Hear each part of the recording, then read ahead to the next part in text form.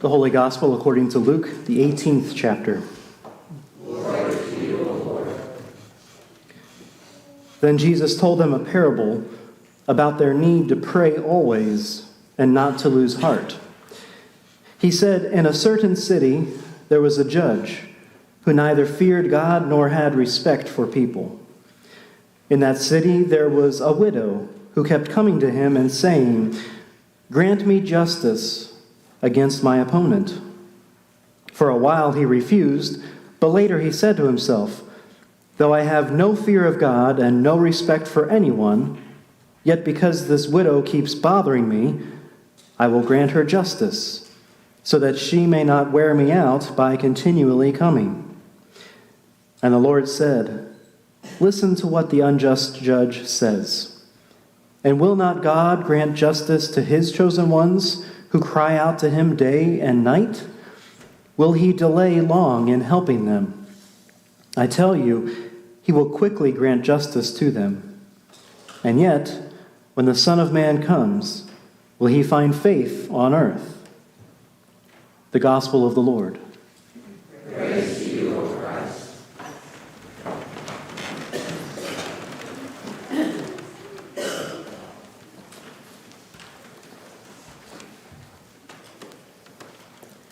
So one day, a pastor, a guitar player, a painter, and a wolf walk into a church.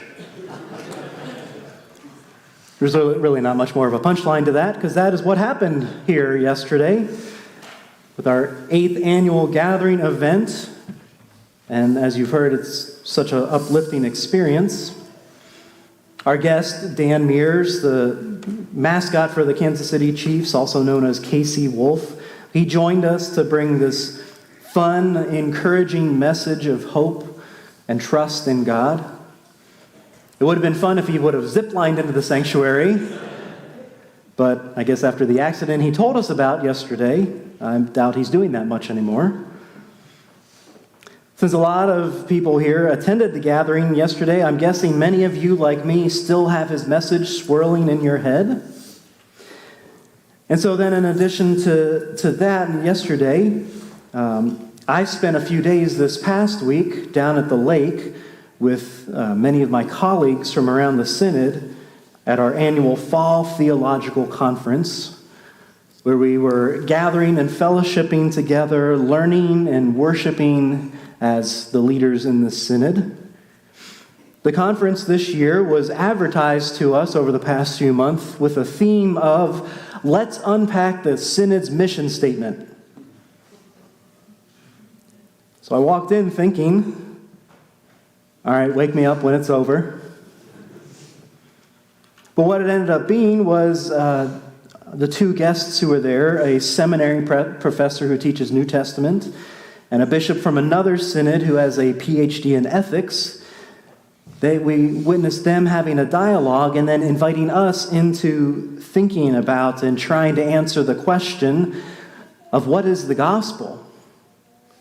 What is at the heart of our faith in Jesus Christ?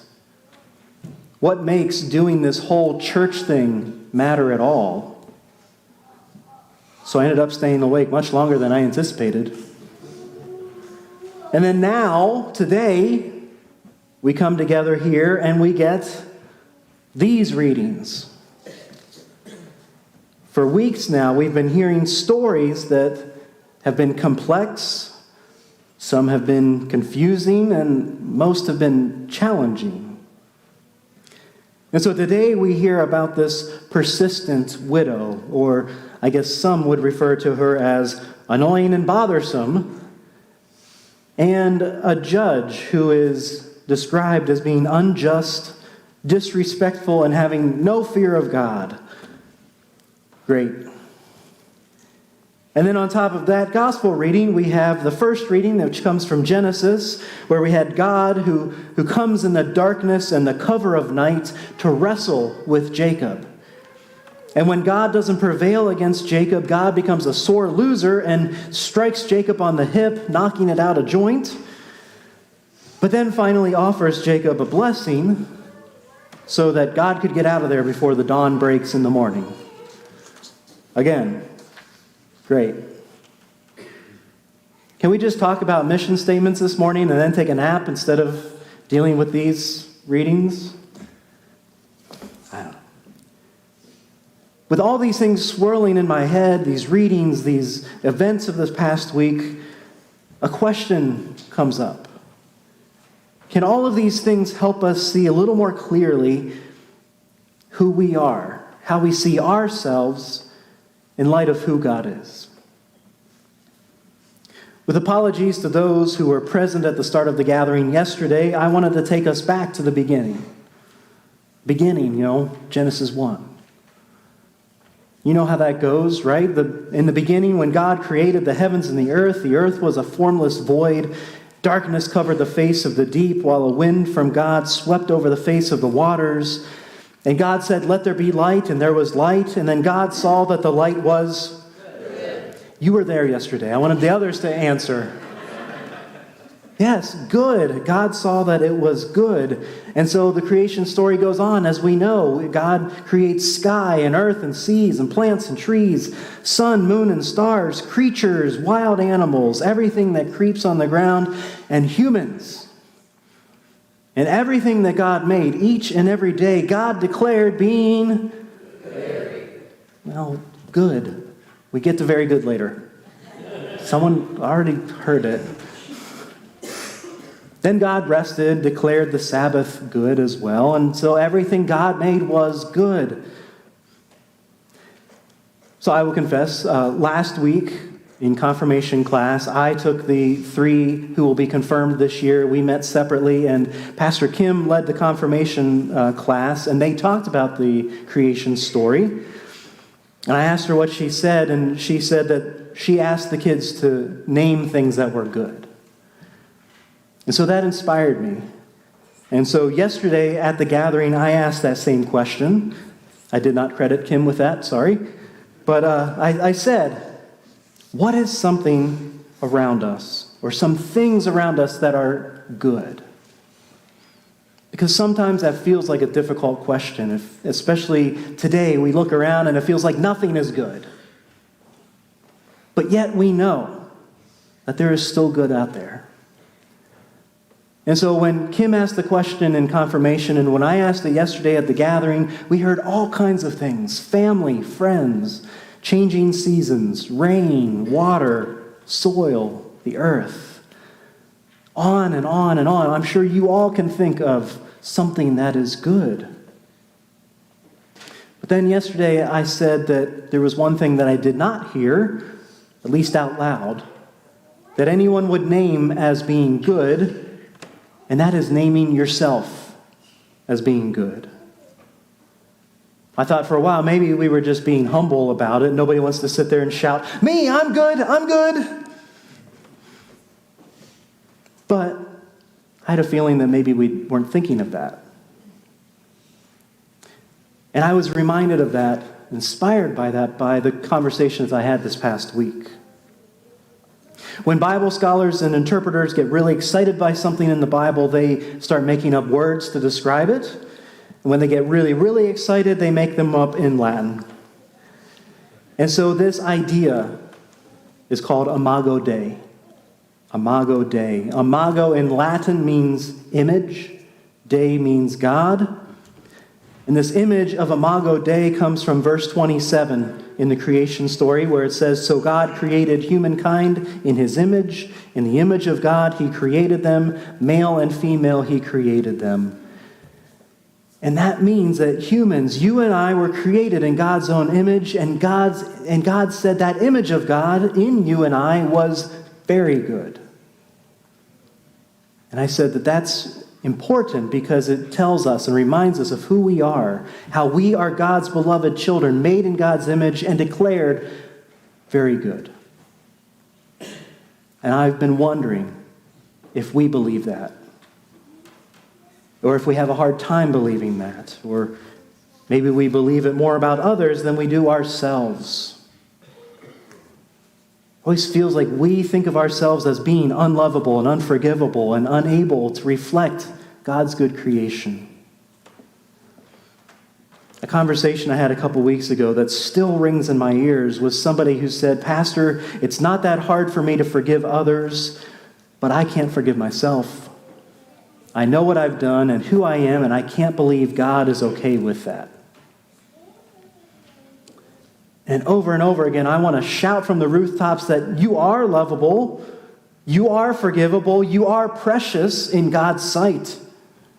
You are an image of God.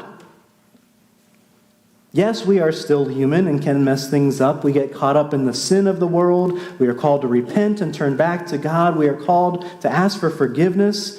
But it seems like that is where we're told to start, right? Start at the bottom because you are broken, you're sinful, you're worthless. Start there and work your way up. But this concept says that no, this is who you are. Yes, there is need for repentance, and yes, there is need for forgiveness, and yes, there's need to reach out when you feel broken, but most importantly, know that you are made by God in God's own image.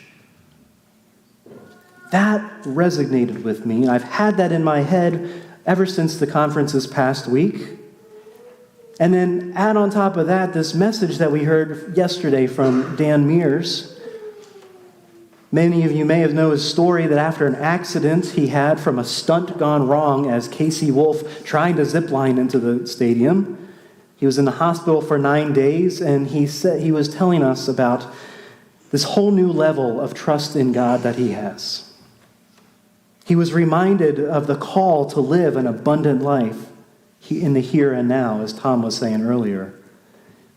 And he was reminded of how God is faithful and loving, no matter what circumstance we find ourselves in.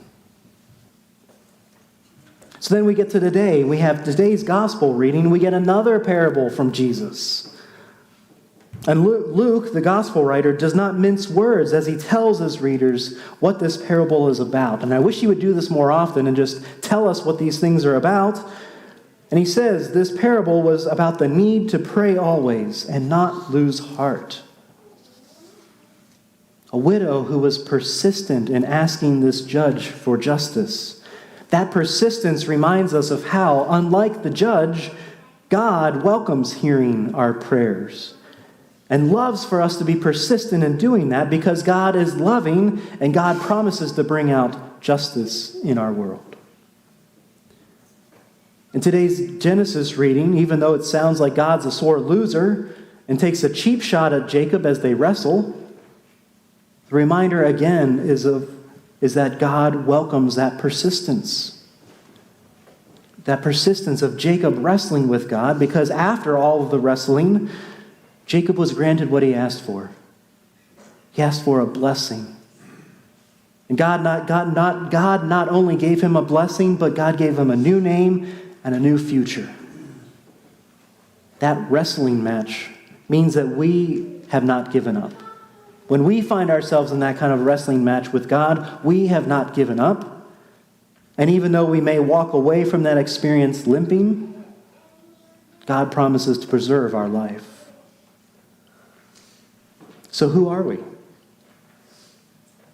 Well, we are God's beloved children whose help comes from the Lord, the maker of heaven and earth, as the psalmist proclaims. We are God's good creation made in God's own image. We are God's people who are promised justice and God's continued presence through everything we may face.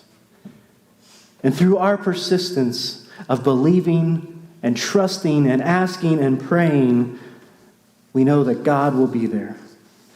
And God assures us that we are God's own child who is deeply, deeply loved. Thanks be to God. Amen.